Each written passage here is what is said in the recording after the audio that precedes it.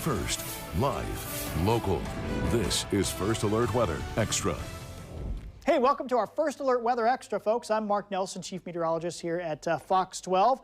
And this is our weather show we do just about every night at 7 p.m. We take a deeper dive into the weather right here on our streaming app. And I've got Payton. How are you, Hi. Payton? Oh, Happy New Year. I was going to say, this is our first show of 2026. It is. Pretty fun. Did you have a good New Year?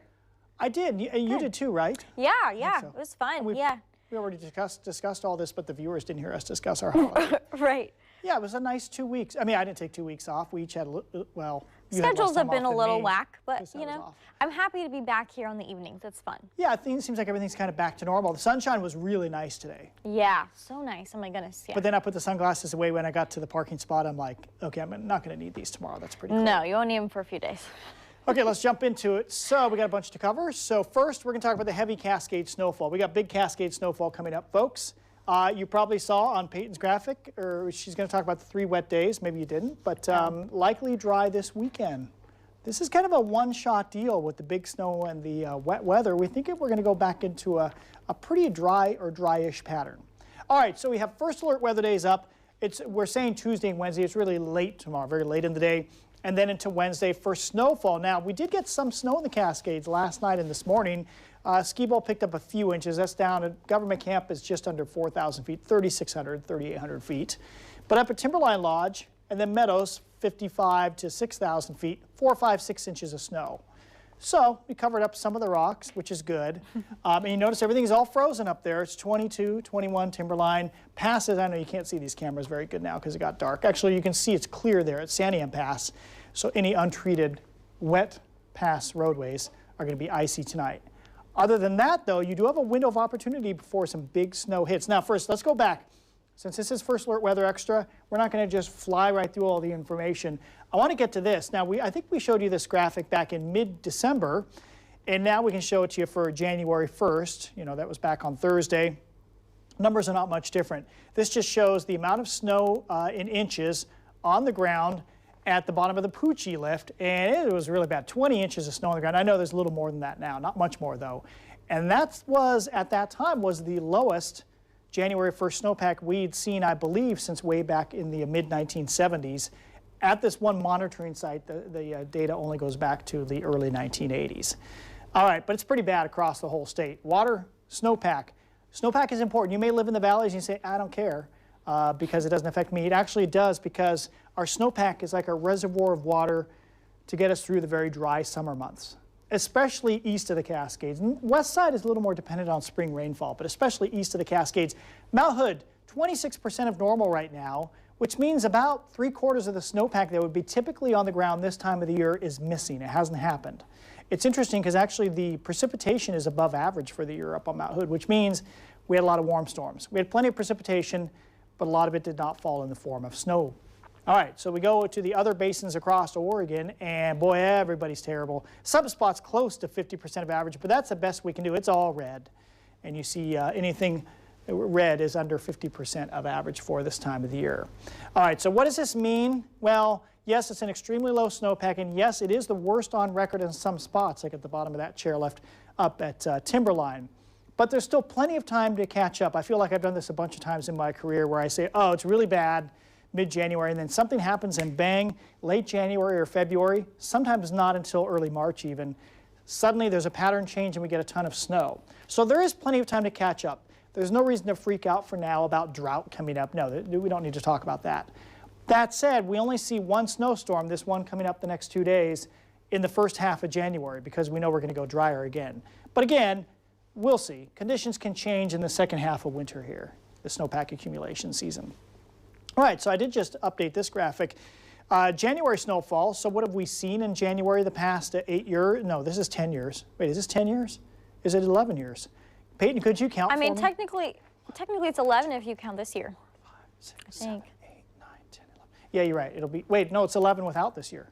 Oh. Wait, 1, 2, 3, 4, 5, 6, 7, 8, 9, 10. Yeah, it's 11. Oh, okay. And I put this year in here with a question mark because I don't want to have to redo this graphic next January. See, it's ready to go. I'm trying to be efficient. So the last 11 years, Payton, what sticks out? I mean, what do you find interesting? 2020. 2024. Big years. Yep. Huge years. The average is about 50 inches. And what else is kind of interesting, maybe? It's pretty not very active. Kind of. Well, a lot of them are low. Yeah. Look how many bad Januaries we've had. Below average snowpack, a lot lately. And every once in a while we get a huge one to make up the average, I suppose. Yeah. You want to see February? Is it time for the big reveal? Payton Guys, hasn't. Yeah, he's go been ahead. holding this graphic from me all evening. I said, okay, so yeah, we've had some pretty bad Januaries lately. We've just had a few really good ones. What do you think, Payton, is going to happen in February? I'm going to hope that it goes up. Okay, so let's look at the last 11 years in February. Oh. Yeah, much better. The average is here, which averages about 40 inches in February, or so. I think it's 45 inches. Yeah, much more, many more near or above average. So basically, we've had more Februaries that have caught back up to normal, which I find pretty interesting. Look at 2021, 135 inches. I wonder if that was one of their highest ever in February. Maybe it was, and I've forgotten. Yeah, so you said that kind of correlates with Portland snowfall as well recently. Yeah, we haven't had much in January recently, but February's been our snowy month. Has been the month. Is this year going to keep that trend going, or is it? Are we in a real stinker of a snow year, and this is just going to be a bad year all the way through the winter? We'll see. We don't know. No models. There's no reliable models beyond about 2 weeks. All right, so I did do this last week, and since a lot of people were on break for the holidays, they may not have seen this graphic. So what I did, I looked at the lowest years on record, the snow water equivalent, which is the amount of water in the snowpack. If you suddenly just snap your fingers and make it rain, you make it into just water. Make it rain. I don't mean like make it rain. But were you thinking the same thing? Okay, never mind. So I was. 4.7 inches was on the ground. So if you melt it all down, that's like suddenly there'd be 4 inches of rain that fell. And you see the other really low years. All right, so my curiosity was like, what happened these other years? Some of these I know, of course, just from the past. All right, so how much snow followed in January government camp? We don't know yet for this year. But in 2024, the second worst year, that was 2 years ago, you probably remember we had huge Cascade snow leading up to our big freeze and that damaging east wind and the ice storm we had in mid-January. So we made up a lot of ground there, had almost double our normal. We had about double normal in 1990, in 2020. So those were great years. Everything recovered in January and everybody was all happy again. But there are some bad years. 2005, and these are known as two of the worst, probably two out of the top 5 really bad ski seasons since the 1970s. These are 2 of them. Only 11 inches fell in January this year, and it didn't recover much in February. 26 inches, so only about half of average fell in January of 2014. It did recover big time in February that year. I do remember that. So I guess in all of these, except 2005, it did eventually recover, and we got a bunch of snow. All right, so looking ahead, what do we see? This is over the next week. You see the snow level right now, relatively low, near or below the passes. Goes slightly up to the passes with the cold front approaching tomorrow, the warm southerlies, and then it gets chilly. For the first time, by the way, Thursday morning, there could be a skiff of snow at Sunset Summit, David Douglas Summit and Wilson River Summit over the Coast Range, but it'd be real close call. And then look at that, it goes warm again. So we're headed right back into warm stuff. Let me show you the jet stream. The reason we're finally getting a nice snowfall here for the first time in quite a while, nice west-northwesterly flow. This is Wednesday afternoon. When you have the flow coming in like this in the mid and upper atmosphere, this is really good for the Cascades. Far better than west or southwesterly flow. I've always noticed the northwest it can't be like this northerly, but if it's coming in like this, that's a sweet spot for the Cascades. But then we go back into ridging as we get into Friday, so then the snow will cut off. All right, here's our latest evening model. And tomorrow morning, looks like it'll be dry here in the Cascades. Here comes the snow. Not too heavy at first, but by 1, 2 p.m. it's starting to pick up. And then it really gets pretty intense around 5 as the cold front should move through. It looks like the cold front's just about to arrive on Mount Hood about 6 or 7 p.m. Really intense snow. I went right past it. And then Wednesday morning could be a brief break in the snow, and then some heavy stuff again as another wave of cold showers moves inland. And then Wednesday evening, more showers into Thursday morning. And then by Thursday morning, midday, we're back to snow showers. It's still a little bit snowy in the Cascades, but we're not getting the really intense snowfall. Hey, this is interesting, Payton. Is this a European model? And this would be, this was the midday model. We call it the 18Z. And so this shows, through 3 p.m. tomorrow, just a little bit of snow, not much.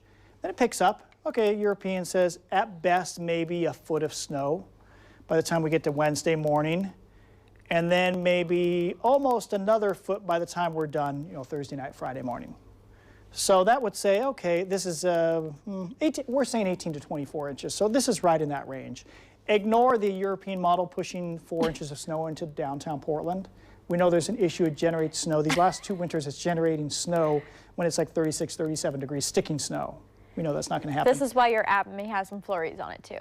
Yeah, that's right. Tomorrow we may need to pull out the app, the whole app thing, huh? Oh, yeah. We got graphics for that. Rant. Yeah, and I don't think it's going to snow 2 inches at Albany. Same issue here. All right, so, also this extends down the Cascades, which is good news there. Yet our graph model, it's getting really aggressive. You ready for this one? Yep. Yep. So very pink. little through early afternoon. Buckle up, folks. There it goes. It thinks, yeah, by Wednesday morning, the European was 10 or 12 inches. This says 15, 16. Ignore all this up here. And it continues with the heavy, heavy showers all the way through Thursday, about 30 inches. Actually, that's funny, though, because now that I think about it, Peyton, I may just have the way we just have this set up. My grid point might be up here. I wonder if I moved it in the summer and I forgot to move it back. Because usually I'd kind of go this call area, which would imply just under 20 inches at government camp. That would be much more reasonable. Yeah, to look at that. And I don't really think there's going to be 50 inches up here. What? Why does it think there's going to be 50 inches? Anyway, that's what we have meteorologists for. AI still can't solve all our problems yet, folks. So we'll go 1 to 2 feet, 18 to 24 inches, whatever. We're going to get a whole bunch of snowing and blowing there. So we've got first alert weather day for tomorrow. Again, it's later in the day, begins really more like 4, 5, 6 p.m. 18 to 24 inches by Thursday afternoon when it's pretty much done. So that means starting tomorrow evening, packed snow on roads, blowing and drifting too as it gets colder on Wednesday and Thursday. Just for driving only, through noon tomorrow, dry, some light snow arriving. I think mainly bare roads, an icy spot, but that's it. And then tomorrow afternoon and evening, especially later in the afternoon, snow turns heavy, packed snow and ice. Assume it'll be packed snow and ice through at least Friday morning. Now Friday afternoon we'll start to see some melting and maybe mainly bare roads, actually Saturday and Sunday as the atmosphere really warms up. So that is the plan up there. And to wrap it all up, my Mount Hood forecast, our Mount Hood forecast.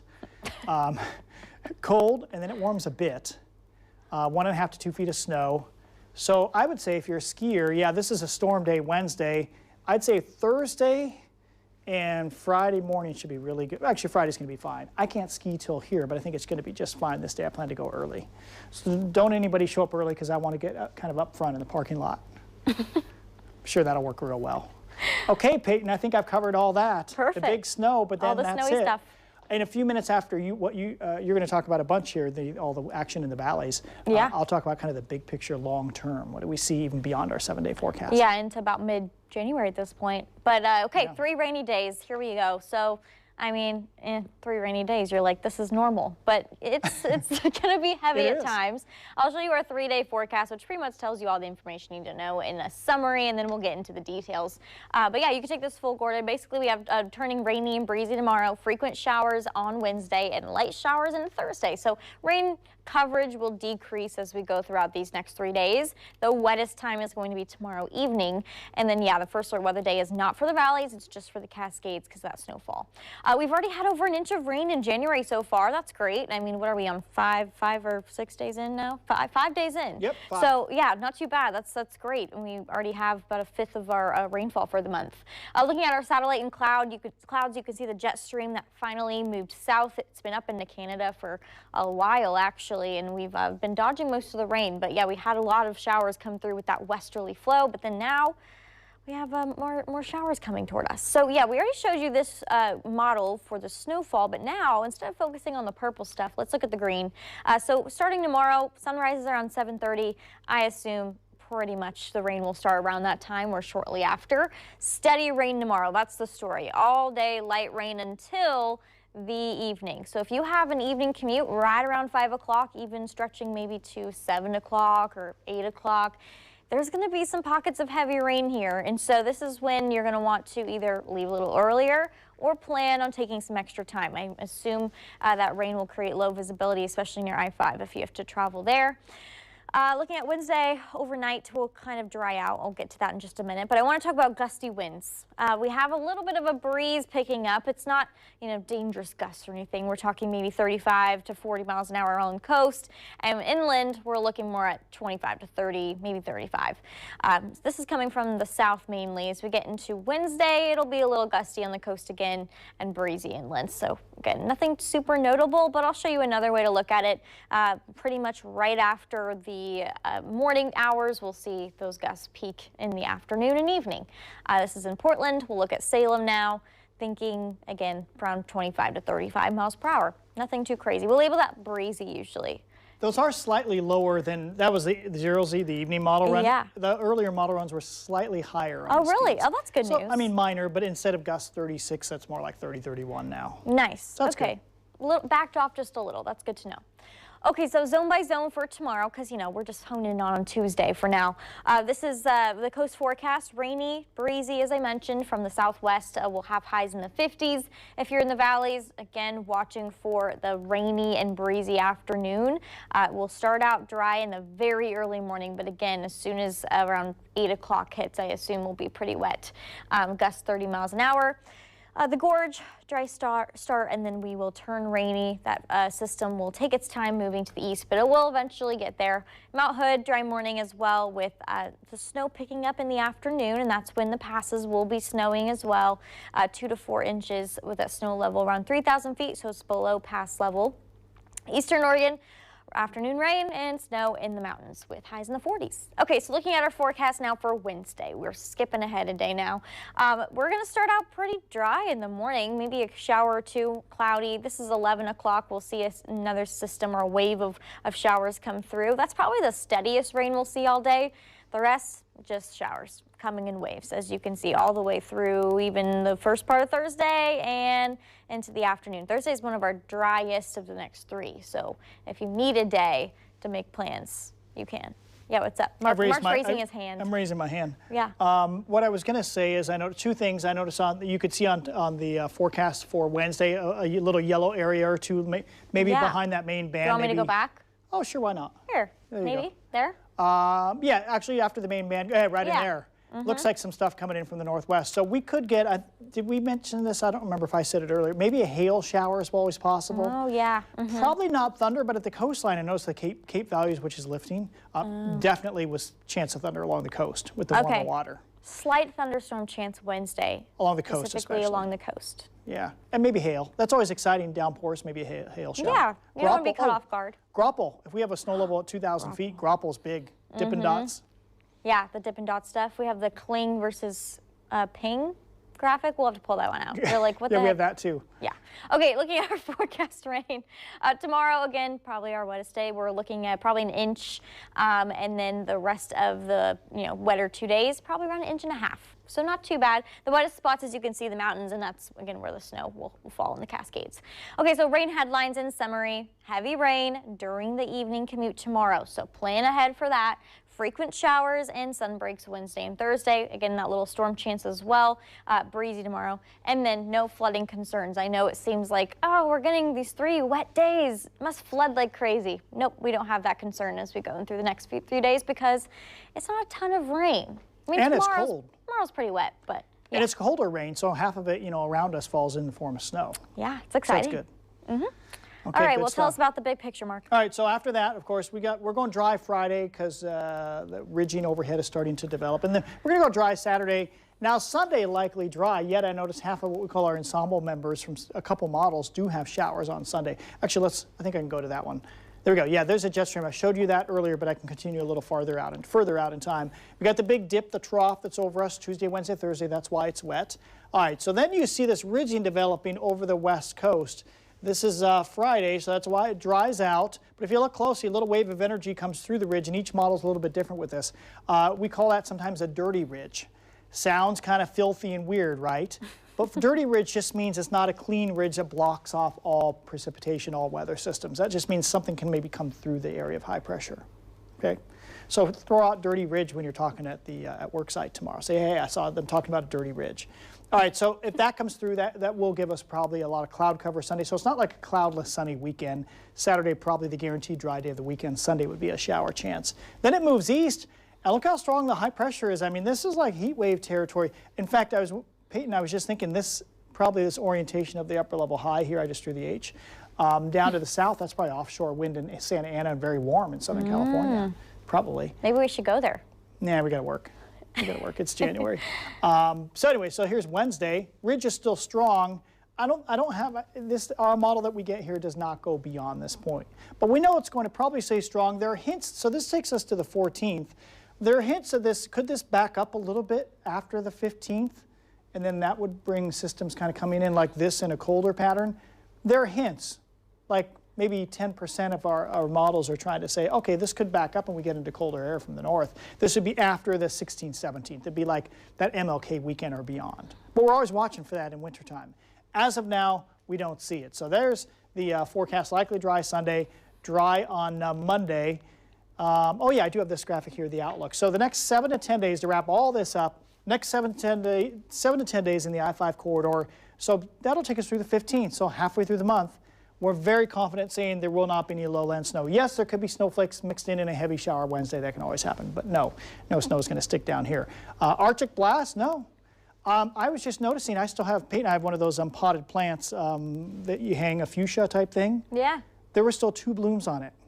And I live at 1,000 feet west end of the gorge where that should all be frozen by now. That's incredible. I mean, I've had 30. I think my lowest temperature is 29 or 30, but still, it's like, has winter really happened yet? And it's January 5th. It's the east wind.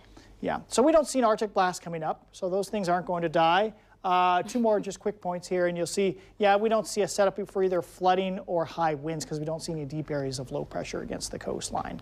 So I think the big message here is the mild winter is going to continue. You got 3 wet days and then some sunshine, kind of nice. Yeah, so far, Mark, warmest winter on record in Portland. Oh, it is? Oh, you mean like if you take, oh yeah, you're right, December 1st. Well, it's only a few days after December. You're right. And in Burns and in the Dalles.